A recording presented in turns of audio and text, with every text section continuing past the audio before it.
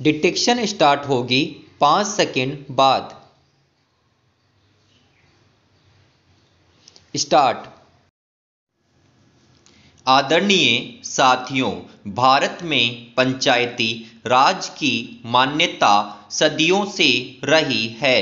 पंचों में परमेश्वर वास करता है, ऐसी हमारी मान्यता रही है।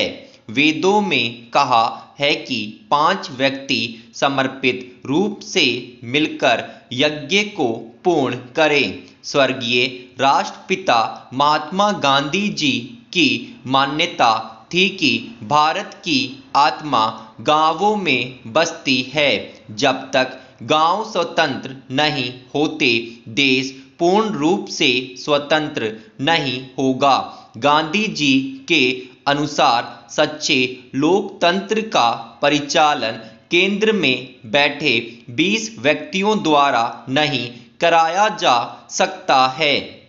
इसका क्रियान्वयन प्रत्येक गांव के निवासियों के माध्यम से ही होना चाहिए। उनके अनुसार जन समर्थन प्राप्त पंचायतों को कोई भी कानूनी कार्य करने से नहीं रोक सकता। गांवों का प्रत्येक समूह या उस समूह के सदस्य अपनी पंचायत बना सकते हैं, चाहे भारत के अन्य गांवों में पंचायतें हो अथवा नहीं हो। गांधी जी की यह मान्यता थी कि हर अधिकार कर्तव्य से ही मिलता है।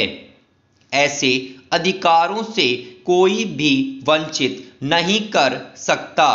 पंचायत लोगों की सेवा करने के लिए है तथा भारत का हर लोकतंत्र इकाई गांव ही है।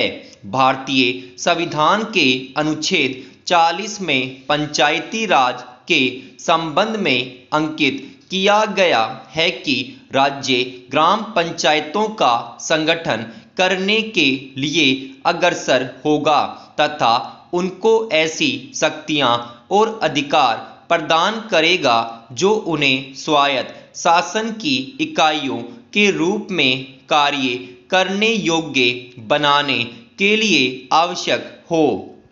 इस उद्देश्य से प्रेरित होकर भारत सरकार ने पंचायती राज व्यवस्था को सुदृढ़ करने के लिए समय समय पर कदम उठाए हैं।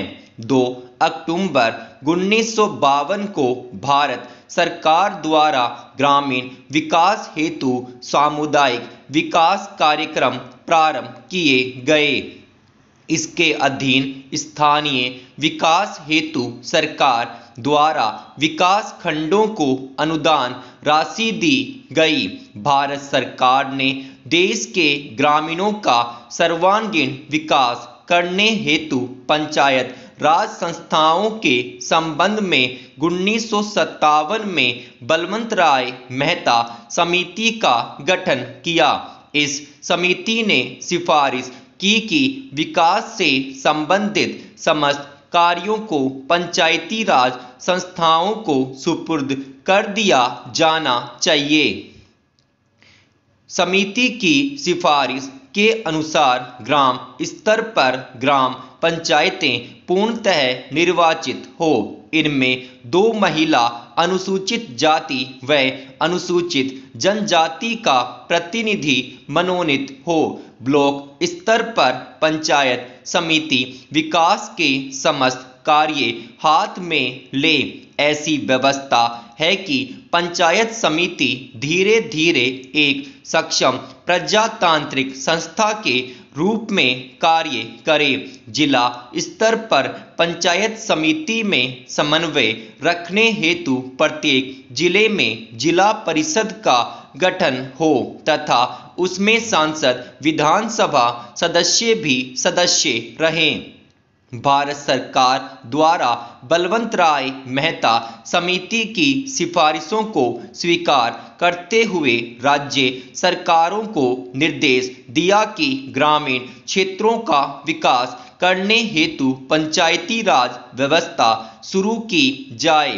राजस्थान सरकार ने देश में सबसे पहले 2 अक्टूबर 1959 को नागौर में द्वीप प्रज्वलित कर त्रिस्तरीय पंचायत राज व्यवस्था आरंभ की। यद्यपि राज्य में ग्राम पंचायतें पहले से थी, ब्लॉक स्तर पर पंचायत समिति व जिला स्तर पर जिला परिषदों का गठन किया गया।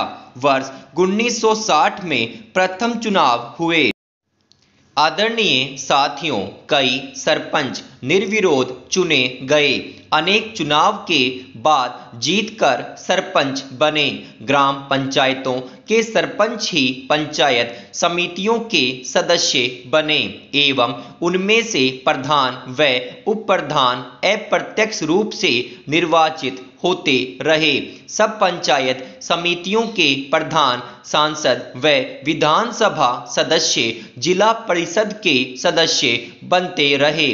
उन्हीं में से जिला परिषदों के प्रमुख व उप प्रमुख चुने जाते रहे हैं। न केवल राजस्थान राज्य में ही अपितु देश के अधिकांश राज्यों में पंचायती राज व्यवस्था की स्थापना के आरंभ के वर्षों में इन संस्थाओं ने ग्रामीण विकास की दिशा में अच्छे परिणाम दिए, लेकिन कुछ वर्षों बाद किन्हीं कारणों की वजह से पंचायती राज संस्थाएं अपने सौंपे गए उत्तरदायित्व को सही ढंग से निष्पादित करने में असमर्थ दिखाई देने लगी, अर्थात ये संस्थाएं अपेक्षित परिणाम देने में असफल रही। इसका सबसे बड़ा कारण इन संस्थाओं के पास वित्तीय साधनों की कमी रही। साथ ही अधिकांश राज्य सरकारों ने पंचायती राज संस्थाओं के चुनावों में भी अधिक रुचि नहीं ली। पंचायती राज संस्थाओं को अधिक गतिशील बनाने हेतु अशोक मेहता कमेटी ने सिफारिश की कि विकास कार्यक्रमों एवं योजनाओं को क्रियान्वित करने की जिम्मेदारी जिला परिषदों की हो। समिति के अनुसार पंचायतें 10-15 गांवों की मंडल पंचायतें हों तो अधिक सक्षम होंगी। ये मंडल पंचायतें ग्रामीण विकास योजनाओं को क्रियान्वित करेगी। साथ ही समिति ने पंचायती राज संस्थाओं के चुनाव मुख्य निर्वाचन अधिकारी से करवाने की सिफारिश भी की। ग्रामीण विकास की प्रशासनिक व्यवस्था व गरीबी उन्मूलन समस्याओं हेतु गठित GV राव कमेटी ने जिला स्तर पर योजनाएं बनाने व नियमित चुनाव कराने की सिफारिश की थी। देश की पंचायत राज व्यवस्था को सुदृढ़ व पुनर्जीवित करने हेतु गठित डॉक्टर लक्ष्मीमल सिंघवी कमेटी ने ग्राम पंचायतों को अतिरिक्त वित्तीय साधन देकर अधिक सक्षम बनाने पर बल दिया तथा साथ ही पंचायती राज संस्थाओं को संवैधानिक मान्यता दिए जाने पर भी विशेष बल दिया।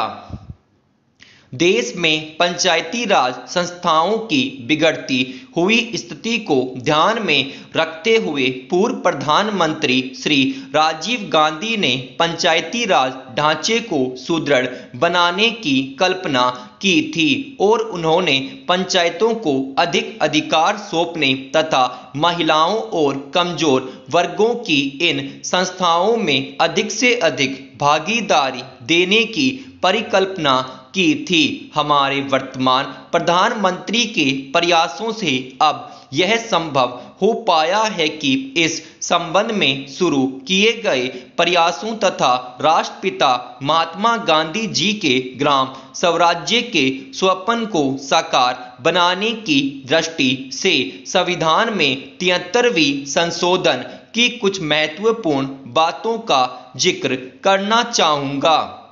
पंचायती राज संस्थाओं को प्रथम बार संवैधानिक दर्जा दिया गया। सभी राज्यों में पंचायती राज की त्रिस्तरीय पद्धति लागू की गई, लेकिन जिन राज्यों की जनसंख्या 20 लाख से कम है वहां बीच के स्तर की इकाई गठित करने की मर्जी राज्य सरकारों पर छोड़ी गई है। ग्राम सभा को वैधानिक दर्जा दिया गया। हर 5 वर्षों में अनिवार्य रूप से चुनाव होंगे।